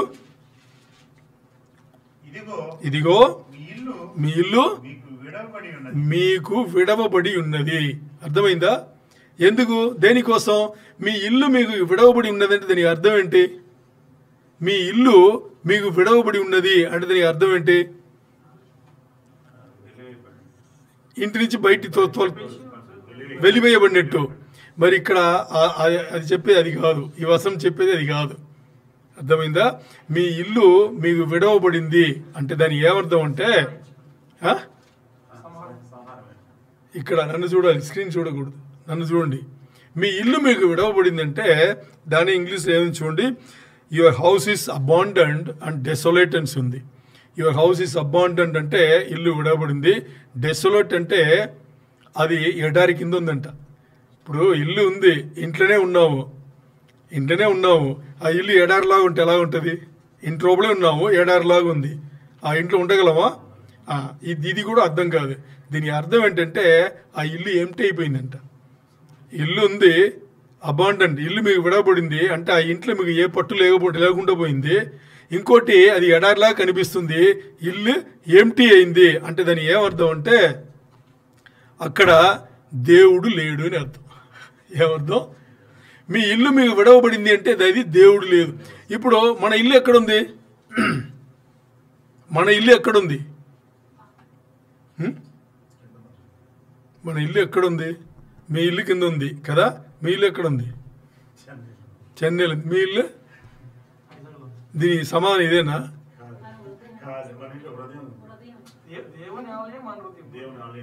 అక్కడ ఉంది. మనం ఎక్కడ వెళ్ళబోతున్నాము? సంఘం ఎత్తబడి తీసుకెళ్తే ఎక్కడ వెళ్తా? అది మన ఇల్లు. ఇల్లు అనగానే అది గుర్తు రావాలి. అది ఇల్లు అంటే ఆ ఇంటి యజమానుడు ఎవరు? దేవుడు. ఇప్పుడు ఇల్లు విడబడింది అంటే అర్థం ఏంటి? యేసయ్య లేదు అక్కడ, అంతే. యేసయ్య లేదు, దేవుడు అక్కడ లేడు. దేవుడు లేడు అంటే ఇదే వాళ్ళకు వచ్చిన తీర్పు. ఏమైంది? దేవుడు లేడు. దేవుడు లేడంటే దాని అర్థం ఏంటంటే ఎప్పుడైతే యేసయ్య ఈ తీర్పు వాళ్ళకి ఇచ్చాడో, ఈ శాపం వాళ్ళకి ఇచ్చారో, అక్కడి నుంచి ఈరోజు చూడండి దాదాపు 2000 సంవత్సరముల కన్నా పైచిలుక వాళ్ళ జీవితంలో చూడండి. వాళ్ళ ప్రశాంతం ఉందా? యూదులకు ప్రశాంతం ఉందా? లేదు. ఈ రోజు కూడా లేదు. ఆ రోజు లేదు, ఈ రోజు లేదు. ఎందుకు? దేవుడు విడవబడిన ఇల్లు ఇశ్రాయేల్ దేశం. ఇప్పుడు ఆలోచన చేయండి. ఇశ్రాయేల్ పక్కన పెట్టి మన జీవితంలో మన ఆలోచన చేస్తే దేవుడు లేని జీవితం ఏం జీవితం? అర్థమైందా? పాత నిబంధన కానీ కొత్త నిబంధన కానీ ప్రతి వచనం చదివేప్పుడంతా మన కోసమని చూడాలి. ఎందుకు దేవుడు మన ముందు పెట్టాడు ఆ వాక్యం? అది మన కోసమని చూడాలి. ఇప్పుడు మనం ఉన్నామో, ఎక్కడ నివాసం ఉన్నామో అక్కడ దేవుడు లేదంటే ఆ ఇల్లు, మనం ఉండే స్థలం లేదు, మన రొమ్ము, మన హృదయం దేనికి సమానం? ఎడారికి సమానం. దేవుడు విడబడిన స్థలం ఎడారికి సమానం, శూన్యముకు సమానం. అదే చెప్పేది ఈ వాక్యం. అబాండెంట్ అండ్ డెసోలేట్, విడవబడింది, ఎడారి కింద లెక్క, శూన్యం కింద లెక్క. ఎందుకంటే అక్కడ దేవుడు లేడు. అది చాలా చాలా ఇంపార్టెంట్. ఇప్పుడు ఈ డెసోలేట్ అనే ఇంగ్లీష్ పదముకు గ్రేక పదం వచ్చేసి ఎరామోస్ అని ఉంది. ఎరామోస్ అంటే దాని ఏమర్థం? ఒకటి విడవబడింది, ఎడారి కింద శూన్యమైంది అని ఆ గ్రేక పదం అర్థమవుతుంది. అదే ఇక్కడ మాట్లాడింది. ఇప్పుడు దీనికి మనం కొంత తేటగా అర్థం అవ్వాలంటే ఇంకా బాగా మత్తయి 21:43 తీయండి. ఇది క్రాస్ వెర్స్ అన్నమాట, క్రాస్ వెర్స్. మత్తయి 21:43 చదవండి. కాబట్టి దేవుని రాజ్యము మీ యొద్ద నుండి తొలగింపబడి దాని ఫలమిచ్చు జనులకు ఇవ్వబడునని మీతో చెప్పుచున్నాను. దాని ఫలమిచ్చు జనులకు ఇవ్వబడునని మీతో చెప్పబడును. ఇక్కడ చూడండి, ఇక్కడ తీర్పు ఇదే. మత్తయి 21:43 తేటగా చెప్పారు. ఏమని? తీర్పు ఇదే. ఏమని? మీరు దేవుని ఎరగలేదు కాబట్టి, దేవుడి దగ్గర నుంచి వచ్చిన రక్షకుడిని, రక్షణ అంటే ఏంటి అని కలిగి ఉండే యేసయ్యని ఎరగలేదు కాబట్టి మీకు తీర్పు ఏంటి? ఏదైతే దేవుని ప్రసన్నం ఉంది కదా, అంటే దేవుని సన్నిధి ఉంది కదా, ఆ సన్నిధి మీ యొద్ద నుంచి తీసివేయబడి ఎవరిగో ఇంకో దేశముకు ఇవ్వబడుతుంది. ఇక్కడ ఇంగ్లీష్లో నేషన్ అనేసి ఉంది, ఇంకో దేశముకు ఇవ్వబడుతుంది. ఇక్కడ దేశం అనేది ఏదో ఇంకో దేశం కాదు, అది అన్యులకు ఇవ్వబడింది. ఎవరికి ఇవ్వబడింది? అన్యులు. ఎందుకు ఇవ్వబడింది? మీరు తిరస్కరించారు, గుర్తించలేదు కాబట్టి అన్యులకు ఇవ్వబడింది. అది మనం అర్థం చేసుకోవాలి. ఈ నేషన్ అనే దీనికి ఇంగ్లీష్లో దాని గ్రేక పదం ఎత్నాస్ అంటారు. ఆ ఎత్నాస్ మనకి ఇచ్చే అర్థం ఏంటి? ఇంకో దేశం పేరు కాదు, అన్యులు. అంటే అన్యులు అంటే ఇంకో దేశం అని ఎందుకు చెప్పారని అనుకుందాం. ఇప్పుడు ఇశ్రాయేల్ అనేది ఒక దేశమేనా? ఆ ఇశ్రాయేల్ దేశం అంటే అది ఆ పొలములు, బిల్డింగ్లు లెక్క వస్తాయి. దాంట్లో మనుషులు లెక్క వస్తారా? మనుషులు లెక్క వస్తారు, అంతే కదా. అలాగే ఇప్పుడు ఇంకో దేశం ఇవ్వబడిందంటే ఇప్పుడు దేవునికి వచ్చేసి 2. ఒకటి ఏర్పరచుకున్న జనాంగం, ఇంకోటి ఏర్పరచుకోలేని జనాంగం, ఏర్పరచపడలేని జనాంగం. ఏర్పరచుకున్న జనాంగం యేసయ్యను రక్షకుడి కింద ఒప్పుకోలేదు, అంగీకరించలేదు. ఇప్పుడు ఏర్పరచపడని జనాంగం ఒకటే, ప్రపంచమంతా ఒకటే. ఎవరికి? అన్యులు. ఇశ్రాయేల్ కాదంటప్పుడు అన్యులకు వచ్చింది. అన్యులు ఎంతమంది? ఇశ్రాయేల్ తప్పితే మిగతా అన్ని అన్యులే, వాళ్ళకి ఇవ్వబడింది అని చెప్పేసి ఇక్కడ రాయబడింది. ఇప్పుడు చూడండి, ఇది ఈ జడ్జ్మెంట్లో ఒక భాగమే. ఇప్పుడు ఏదైతే మాట్లాడుతున్నామో యేసయ్య జడ్జ్మెంట్ ఇచ్చారు కదా, ఆ తీర్పులో ఇది ఒక భాగమే. ఇప్పుడు దేవుని గురించి కొన్ని మనం తెలుసుకుంటే, దేవుడు వచ్చేసి మనకి అన్ని చోట్ల ఒకే టైంలో అన్ని చోట్ల ఉండేవాడు, అన్ని విషయములు ఎరిగినవాడు, అన్ని బలము కలిగినవాడు. తెలుసు కదా. ఇప్పుడు అన్ని బలము కలిగిన వాడంటే ఇంకా ఆయనకి మించిన ఒక శక్తి కానీ బలం కానీ లేదు కదా. అన్ని విషయములు తెలిసిన వాడైతే అని అనుకుంటే ఇప్పుడు ఆయనకి తెలియనింది ఇంకా ఏమీ లేదు. మరి ఇప్పుడు అన్ని చోట్ల ఉండేవాడు అని మనం తెలుసుకున్నాం కదా. దీంట్లో ఒక నిజం వచ్చేసి దేవుడు మనకి నేర్పాడు. ఏంటంటే అన్ని చోట్ల ఉండేవాడంటే ఇప్పుడు మనం ఇక్కడ ఉన్నాం, మనం ఇక్కడ తప్పితే ఇంకెక్కడ ఉండగలమా? ఉండలేము. మరి దేవుడు ఎక్కడెక్కడ? ఇక్కడ ఉంటాడు, ఇంకా ఇక్కడ పైన ఉంటాడు, ఇంకా అన్ని చోట్ల ఉంటాడు కదా. ఇది మాత్రం అర్థం కాదు. దేవుడు అన్ని చోట్ల ఉంటున్నాడు అంటే ఇప్పుడు ఇది వర్తమాన కాలం, ప్రెసెంట్. ఇప్పుడు మనం ఉండేది ప్రెసెంట్. మనతో ఉన్నాడా లేదా? దేవుడు ఉన్నాడు. ఇప్పుడు ఇక్కడ ఉండే ఇదే దేవుడు ఈ టైంలో ఈ ప్రపంచం కాదు, ఎన్ని ప్రపంచం ఉన్నాయి, ఎన్నో ప్రపంచం ఉన్నాయి కదా. అన్ని ప్రపంచంలో ప్రెసెంట్ టెన్స్లో వర్తమాన కాలంలో ఆయన ఉన్నాడు. ఇదే టైంలో ఆయన అయిపోయిన కాలంలో కూడా ఉన్నాడు. అర్థమైందా మీకు? ఇప్పుడు ఇక్కడ ఉండే దేవుడు అన్ని చోట్ల ఉన్నాడు. ఇదే దేవుడు ఇప్పుడు అయిపోయిన కాలం, ఈ సెకండ్ పోయింది కదా, ఈ టైం నుంచి ప్రపంచం స్టార్ట్ అయింది చూసారా, ఆరంభమైందే సృష్టి, అక్కడి నుంచి ఇంకా అక్కడ కూడా ఉన్నాడు. మరి ఇప్పుడు ఈ కాలం అయిన తర్వాత ఇంకా రాబోయే కాలం ఉంది కదా, ఇక్కడ కూడా ఇప్పుడు ఉన్నాడంట. ఇప్పుడు 3 కాలంలో ఉన్నాడు. 3 కాలం అంటే వర్తమాన కాలంలో ఉన్నాడు, ఇంకా భూతకాలంలో ఉన్నాడు, భవిష్యత్తులో కూడా ఉన్నాడు, ఇప్పుడే ఉన్నాడు. భవిష్యత్తులో కూడా ఇప్పుడు ఉన్నాడంట, భూతకాలంలో కూడా ఇప్పుడే ఉన్నాడంట, వర్తమాన కాలంలో కూడా ఇప్పుడు ఉన్నాడు. అది అన్నీ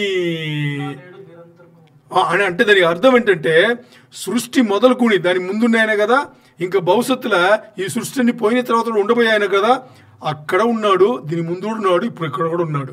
అంటే ఉన్నాడు అంటే ఉన్నవాడు కాదు, ఇప్పుడు ఉన్నాడు. ఇప్పుడు ఇక్కడ ఉన్నట్టు భూతకాలం భవిష్యత్తులో కూడా ఆయన ఉన్నాడు. అన్ని టైంలో ఆయన ఎందుకు అన్ని జరిగింది తెలుసు అంటే, జరిగిందన్నీ తెలుసు, ఇంకా జరగబోయేదన్నీ కూడా తెలుసు అంటే ఇప్పుడు అక్కడ ఉన్నాడంట. మనం దాన్ని ఊహించడానికి కూడా రాదు. భవిష్యత్తులో ఎలా ఉండబోతాడు, ఎలా ఉండగలవు మనకు తెలియదు. మరి ఆయన ఇప్పుడు అక్కడ ఉన్నాడంట. అందుకని ఆయనకి తెలియనింది ఏమీ లేదు అని మనం అర్థం చేసుకోవాలి. ఇప్పుడు దేవునికి ఇశ్రాయేల్ జనాంగం వ్యతిరేకిస్తారు. ఇది ఈ సువార్త అనేది అన్యులకు వెళ్తుంది, దేవుని రాజ్యం అన్యులకు వెళ్తుంది అని తెలుసా తెలియదా? తెలుసు.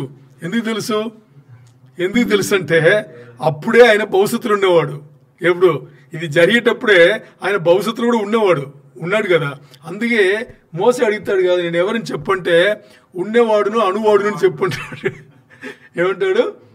ఉన్నవాడును అనువాడును అని చెప్పు అంటాడు. అంటే అది ఒకడే ఉండగలరు, అది మన దేవుడే. అర్థమైందా? ఇప్పుడు ఇది చూడండి మీరు, ఇప్పుడు మనం మాట్లాడేది తేటగా అర్థం చేసుకోవాలంటే ద్వితీయోపదేశ కాండం 32:19 తీయండి. ద్వితీయోపదేశ కాండం 32:19, ద్వితీయోపదేశ కాండం 32:19 చదవండి. యెహోవా దానిని చూచెను, తన కుమారుల మీదను కుమార్తె మీదను క్రోధపడెను, వారిని అసహించుకొనెను. ఆయన ఇట్లా అనుకొనెను, నేను వారికి విముఖుడనై వారి కడపటి స్థితి ఏమగునో చూచెదను. వారు మూర్ఖ చిత్తము గలవారు, విశ్వాసం లేని పిల్లలు, వారు దైవము కాని దాని వలన నాకు రోషం పుట్టించరి. తమ వ్యర్థ ప్రార్థన వలన ప్రవర్తన వలన నాకు ఆగ్రహం పుట్టించరు. కాబట్టి జనము కాని వారి వలన వారిని రోషం పుట్టింతును. అవివేక జనము వలన వారికి కోపము పుట్టింతును. చాలు చాలు. ఎవరంట? అవివేక జనములు. ఎవరిది అవివేక జనములు అంటే ఎవరు? మీకు అర్థమైందా ఈ వర్సెస్లో? ఈ వచనంలో ఫూలిష్ జెంటైల్స్ ఇంగ్లీష్ నుంచి చూడండి. ఏంటి అంటే దేవుడు లెక్కల అన్యులు జనుల కిందనే లెక్కపట్ల దేవుడు. బాగా అర్థం చేసుకోండి. ఏంటి దేవుడు లెక్కల అన్యులు అంటే ఎవరు? మనమే. మనను జనుల కిందనే లెక్కపట్ల. అదే చెప్పది, మూర్ఖత్వం కలిగిన వాళ్ళ ఒక దేశంలోకి నేను ఇవ్వాల్సి వచ్చింది. ఎప్పుడు మాడిది? ద్వితీయోపదేశ కాండంలో మాట్లాడింది. మన అందరూ ఎవరంట? మూర్ఖులంట. మూర్ఖులంటే ఫూల్స్. దేవుని లెక్కలో మనం ఫూల్స్గా ఉన్నాం. మరి ఏర్పరచుకున్న వాళ్ళు వ్యతిరేకించారు కాబట్టి దేవుడు వాళ్ళకు కోపం పుట్టించడానికి, వాళ్ళకు రోషం పుట్టించడానికి, పౌరుషం కల్పించడానికి ఎవరిని ఎన్నుకున్నారు? ఆయన మూర్ఖులైన ఫూల్స్ అయిన అన్యులను ఎన్నుకున్నారు. వీళ్ళని ఎన్నుకుని వీళ్ళ ద్వారా ఆయన మహిమ పడితే వీళ్ళను చూసి వాళ్ళకు రోషం వస్తుంది, పౌరుషం వస్తుంది, కోపం వస్తుంది అని చెప్పేసి ఎన్నుకున్నాడంట. అంటే మనకి ఇక్కడ ఏం అర్థం అవ్వాలంటే వాళ్ళకు పాఠం నేర్పించడానికి మనకు వచ్చింది రక్షణ. అందుకని ఇశ్రాయేల్ జనాంగం వచ్చేసి మనం ఏం చేయకూడదంటే మన కోపంగా చూడడం, శపించడం, అలాగలా దేవుని ఇలా చేస్తారు అని మనం ఎప్పుడు మాట్లాడకూడదు. ఎందుకంటే సంఘం అనేది ఇశ్రాయేల్ జనాంగంను తీసివేసి మార్పిడి చేయడానికి రాలేదు. అంటే దేవుడు ఇశ్రాయేల్ జనాంగంను చాలా బాగా చూసుకున్నాడు, ఏర్పరచుకున్న జనాంగం. ఇప్పుడు ఇశ్రాయేల్ జనాంగంను వదిలేసాడు. ఆయన సంఘంనే పట్టుకున్నాడు, సంఘంనే ఏర్పరచుకున్నాడు. అందుకని దేవుని ప్రణాళిక, దేవుని చిత్తంలో ఇశ్రాయేల్ జనాంగం తీసివేయబడింది అని ఎప్పుడు మనం అర్థం చేసుకోకూడదు. అది తప్పుడు అర్థం. అది తప్పుడు అర్థం. ఎందుకంటే వాళ్ళ మార్పు కోసం ఆయన ఈ పని చేశారు. కానీ ఎప్పుడు కూడా వాళ్ళని తీసివేయాలని చెప్పేసి చెప్పలేదు. ఇందుకే పౌలు వచ్చేసి రోమా రాసిన పత్రిక 11:1 చదవండి, 1-2 చదవండి. 11:1-2 రోమా 11:1-2. ఎందుకంటే ఈ రోమా 11వ అధ్యాయం మొత్తాన్ని ఇశ్రాయేల్ జనాంగం గురించే ఉంటుంది. పౌలు రాసింది ఇశ్రాయేల్ జనాంగం గురించే ఉంటుంది. చదవండి 11:1-2. అలాగైన ఎడల నేను అడుగునది ఏమనగా, దేవుడు తన ప్రజలను విసర్జించిన. అర్థం చేసుకోండి, తన ప్రజలంటే మనం కాదు. రోమాకు పౌలు రాసిన పత్రిక తన ప్రజలంటే ఇశ్రాయేల్, ఆయన ఏర్పరచుకున్న జనాంగం. తన ప్రజలను విసర్జించిన. అట్లన రాదు. ఏమన్నారు? అట్లన రాదు. దీన్ని అండర్లైన్ చేసుకోండి. అఫ్ కోర్స్ ఉండండి. అఫ్ కోర్స్ నాట్ అని ఇంగ్లీష్ ఉంటుంది. ఇంగ్లీష్ ఏముంటుంది? Of course not. అలాగన రాదు. చెప్పండి. నేను కూడా ఇశ్రాయేలీయులను, అబ్రహాము సంతానమంతలి బెంజమీను గోత్రములో నుండి పుట్టినవాడును. ఇంకా చదవండి. తాను ముందెరిగిన తన ప్రజల దేవుడు విసర్జింపలేదు. చాలు, అర్థమైందా? ముందు ఎరిగిన తన ప్రజలంటే ఎవరు? ఇశ్రాయేల్ జనాంగం. వాళ్ళను విసర్జించలేదు అంటే వాళ్ళని తీసివేయలేదు. వాళ్ళని తీసివేసేసి సంఘం నుండి సభ్యులందరి పిల్లలను కూడా ఆయన ఏర్పరచుకోలేదు. అంటే దీని అర్థం క్లియర్ చేసుకోవాలి. ఇశ్రాయేల్ జనాంగంను దేవుడు ఇంకా తోసిపడేలేదు, తీసివేయలేదు. అర్థమైందా? అది అర్థం చేసుకుంటే చాలు. అదే రోమా 11:25 చదవండి. సహోదరులారా, మీ దృష్టికి మీరే బుద్ధిమంతులమని అనుకొనకుండునట్లను ఈ మర్మము మీరు తెలుసుకుని కోరుచున్నాను. ఆపండి. ఏ మర్మం గురించి మాట్లాడుతున్నారు పౌలు భక్తులు? ఇక్కడ పాత నిబంధన గ్రంథంలో దేవుడు ఇశ్రాయేల్ జనాంగంని ఏర్పరచుకునేటప్పుడు కొత్త నిబంధన ఒకటి వస్తుంది. దాంట్లో సంఘముని ఒకటి స్థాపిస్తారు దేవుడు. ఈ సంఘంలో చాలా మంది పిల్లలు అన్యులు వస్తారు, అన్యులు దేవుణ్ణి ఎరిగి మహిమపరుస్తారు అనేది పాత నిబంధన గ్రంథంలో చెప్పబడలేదు, ఎవ్వరికి తెలియదు. ఇది మర్మం. అదే ఇప్పుడు పౌలు భక్తుడు చెప్పేది, ఇది మర్మం. ఈ మర్మం, ఈ సంఘం అనేది, సంఘకాల యుగం అనేది పాత నిబంధన గ్రంథంలో ఎవరికి తెలియదు, ఎవరికి చెప్పబడలేదు. అర్థమైందా మీకు? ఎవరికి చెప్పబడలేదు. అది మనకు అర్థం అవ్వాలి. అందుకని పౌలు భక్తుడు ఏం చెప్తున్నాడు, ఈ మర్మం మీకు తెలియాలి అని చెప్పి. చదవండి తర్వాత.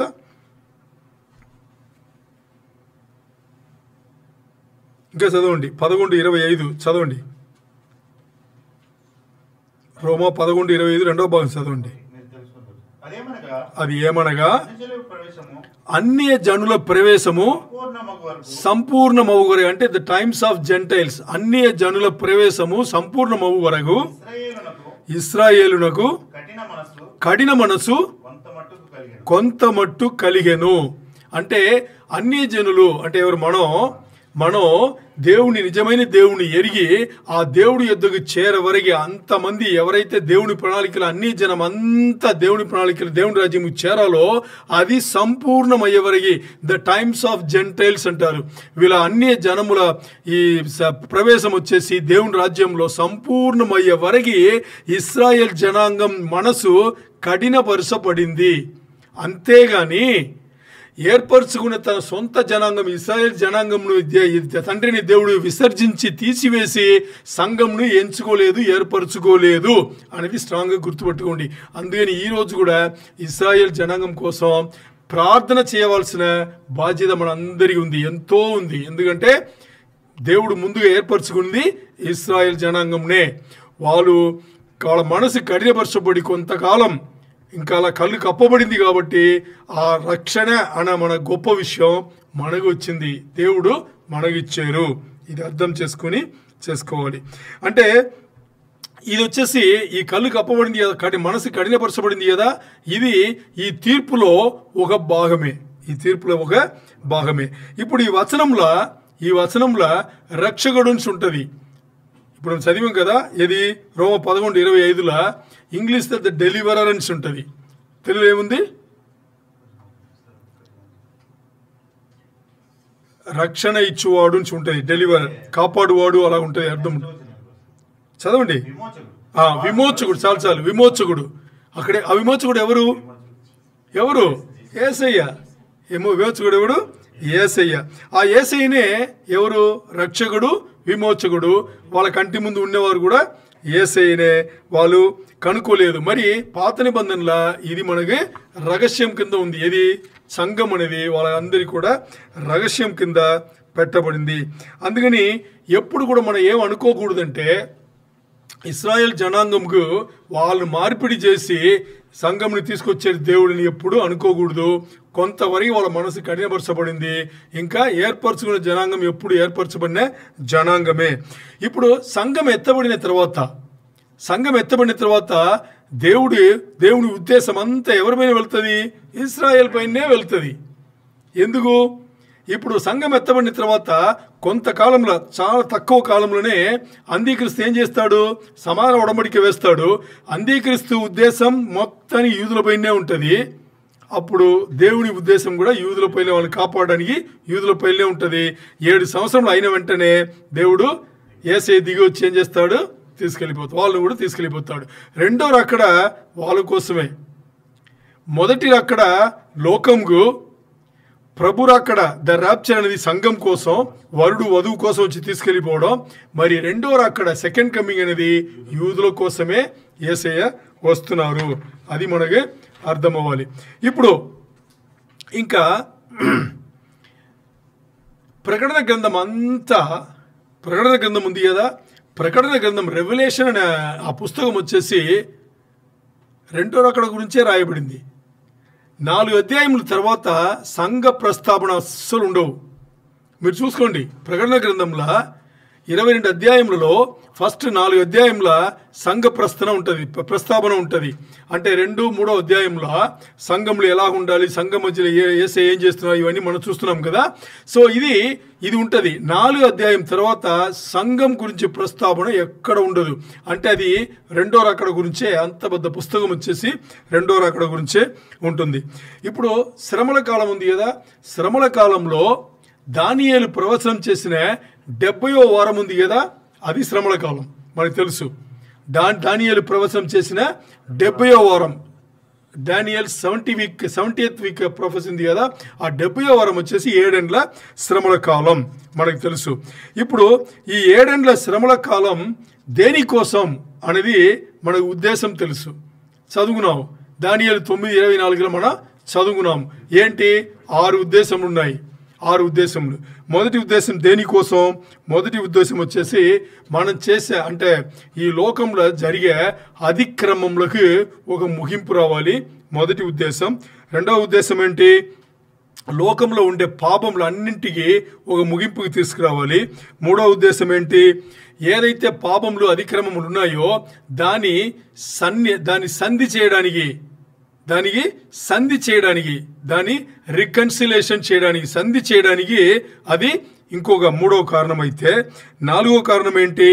4వ కారణం ఇవన్నీ పాపములన్నీ తీసిన తర్వాత, పోగొట్టిన తర్వాత ఒక నీతిమంతమైన ఒక పాలన జరగాలి అనేది నీతి. అప్పుడు ఏది మనకి ధవళ సింహాసనం తీర్పు ముందు 1000 ఏళ్ల పరిపాలన ఉంది కదా, ఆ పరిపాలన ఎవరు ఆ పరిపాలన చేసేది ఎవరు? యేసయ్య. అలాంటి పరిపాలన రావాలని, తర్వాత ఇంతవరకు పరిశుద్ధ గ్రంథంలో మనకు ఇవ్వబడిన దర్శనములు, ప్రవచనములు అన్నీ నెరవేర్పుకు రావాలని, తర్వాత ఏంటి? చివరిలో 6వ విషయం వచ్చేసి రక్షకుడుగా వచ్చి తననే ఆలంబియ పశువుగా ఆహుతి చేసుకున్న యేసయ్యను, ఆయన మహిమను చూడాలని, ఆయన మహిమ గల రాజ్యమును చూడాలని, ఈ 6 ఉద్దేశముల కోసం ఈ 6 ఉద్దేశముల కోసం దానియేలు 70 వారముల ప్రవచనంలో మనం చూసుకుంది. దానియేలు 9:24. ఇప్పుడు 3 విషయములు. తీర్పు వచ్చింది యాదవుల పైన. తీర్పు వచ్చిన తర్వాత 3 విషయములు జరిగింది. ఒకటి ఏం జరిగింది అంటే, పట్టణం కానీ మందిరం కానీ కూల్చగొట్టబడి ఏమైంది? అది ఆ ఇల్లు విడవబడింది. డెసోలేట్ అన్నాం కదా, your house is abandon and desolate అంటే మీ ఇల్లు విడవబడింది, ఎడారి కింద లెక్కైంది, శూన్యమైంది. అంటే దేవుడు వదిలిపెట్టి వెళ్ళిపోయాడు. అంతేనా? చూడండి, 2000 సంవత్సరాల కన్నా పైన దేవుడు వదిలిపెట్టి వెళ్ళిపోయారు. రెండవ రీజన్ ఏంటి అంటే, యూదులందరూ మొత్తం ప్రపంచంలో అక్కడక్కడ చెదిరిగిపోతారు. జరిగిందా జరగలేదా? జరిగింది. మూడవది వచ్చేసి దేవుని రాజ్యం, తన ఏర్పరచుకున్న జనాంగంకు ఇవ్వబడిన దేవుని రాజ్యం వాళ్ళ యుద్ధ నుంచి తీసి దేవుడు ఏర్పరచబడని దేశం, అంటే అన్యులకి ఆ రాజ్యం ఇవ్వబడింది. అంటే ఇప్పుడు దేవుడు ఎవరితో ఉన్నట్టు? అన్యులతో ఉన్నట్టు. ఈ 3 జరిగింది. ఈ తీర్పులుగా ఈ 3 విషయంలో జరిగింది. ఇది చూడండి. ఇప్పుడు ఇది ఎంతవరకు చూస్తే లూకా 21:24 తీయండి. ముగింపుకు వచ్చాము. లూకా 21:24. లూకా 21:24 చదవండి.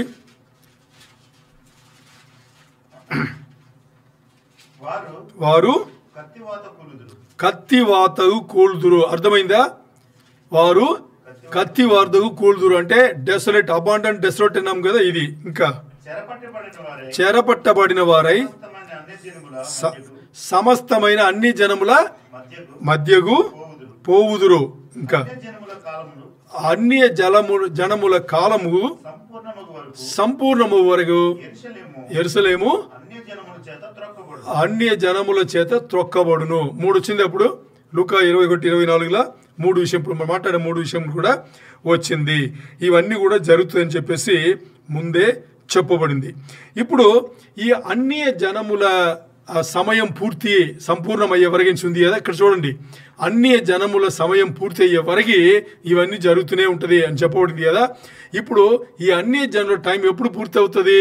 సంఘం ఎత్తబడేటప్పుడు, సంఘం ఎత్తబడేటప్పుడు ఇక్కడ దేవుని బిడ్డలు, అన్ని జనులని దేవుని బిడ్డలు, విశ్వాసులు ఎవ్వరు ఉండరు, ఎత్తబడుతుంది.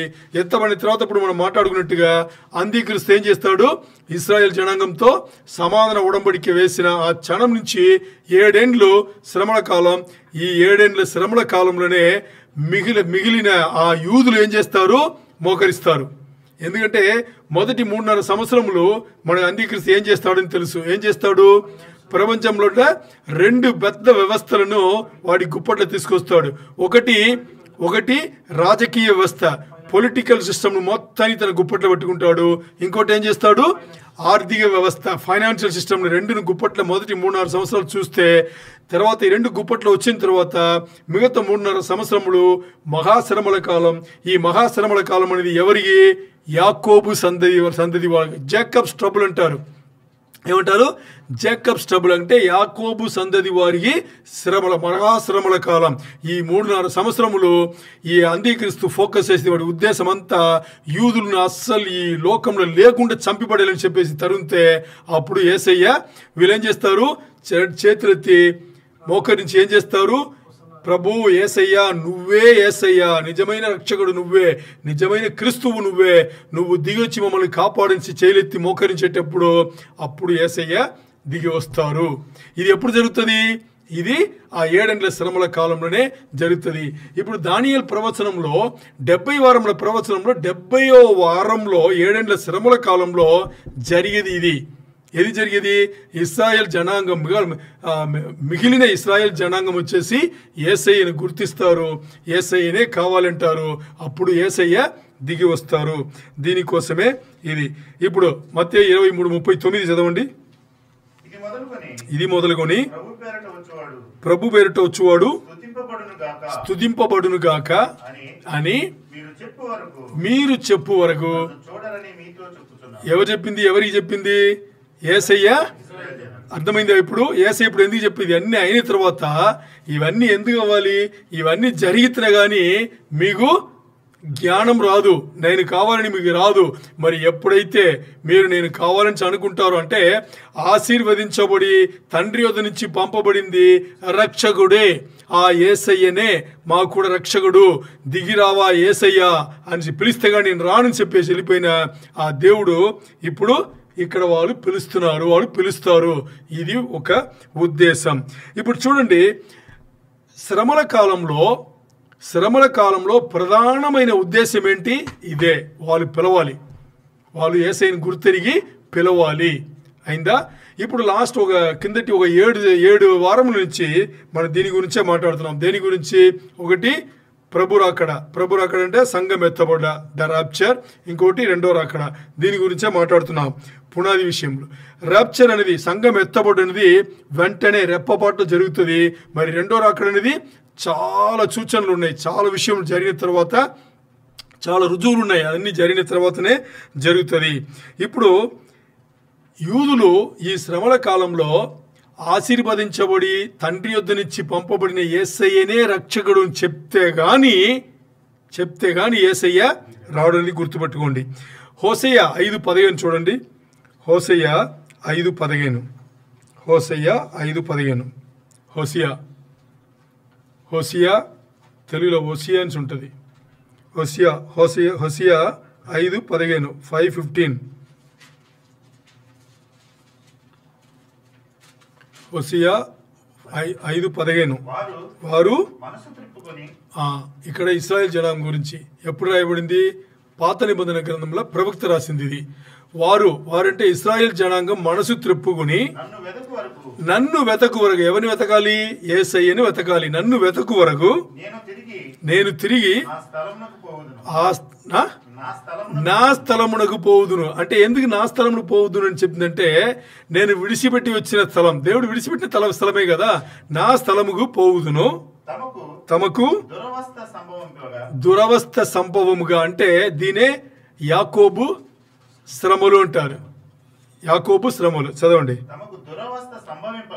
తమకు దురవస్థ సంభవింపగా వారు నన్ను బహు శీఘ్రముగా వెతుకుతురు. ఇది ఈ మహాశ్రమల కాలం ఉంది కదా, ఈ శ్రమల కాలం ఉద్దేశమే దీనికోసమే. రెండవ అక్కడ ఎవరి కోసం వస్తున్నారు? ఆయన యూదుల కోసం వస్తున్నారు. ఇప్పుడు చివరిలో వచనం చదవండి.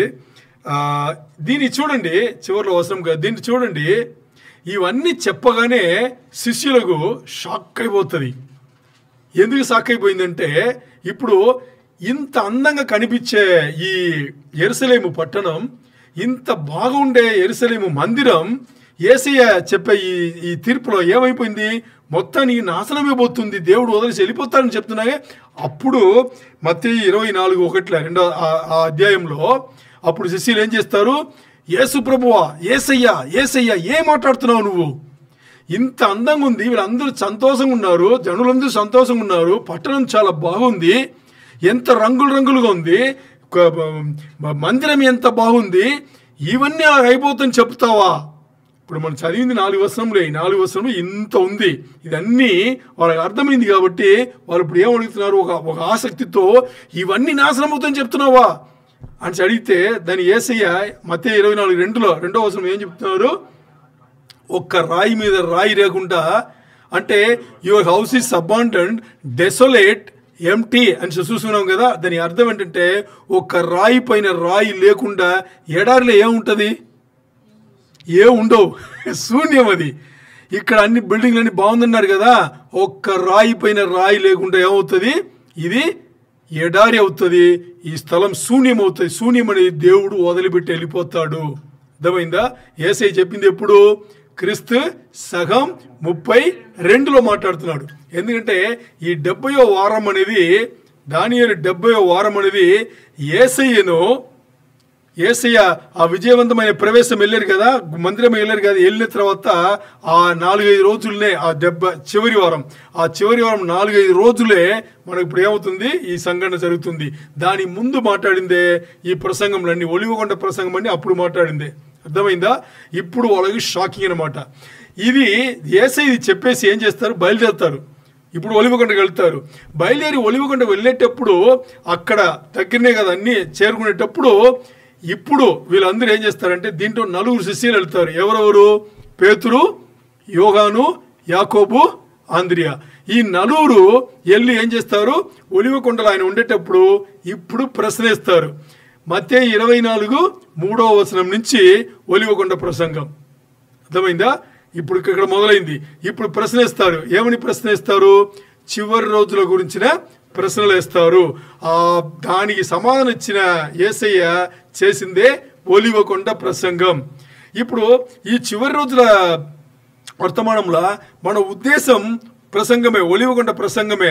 మరి ఈ ఒలివకొండ ప్రసంగం రావడానికి ఎన్ని వారాలు పట్టింది మనకి? ఇది 8వ వారం. 8 వారములు మనకు తెలుసుకుంటే కానీ ఒలివకొండ ప్రసంగం దేనికోసం, ఒలివకొండ ప్రసంగం ఇంకా ఏమేమి చెప్పబడిందని మనకి అర్థం కాదు. అర్థమైంది? అప్పుడు అది ఈరోజు మనకి దేవుడిచ్చిన శుభవర్తమానం. Praise the lord. హల్లెలూయా.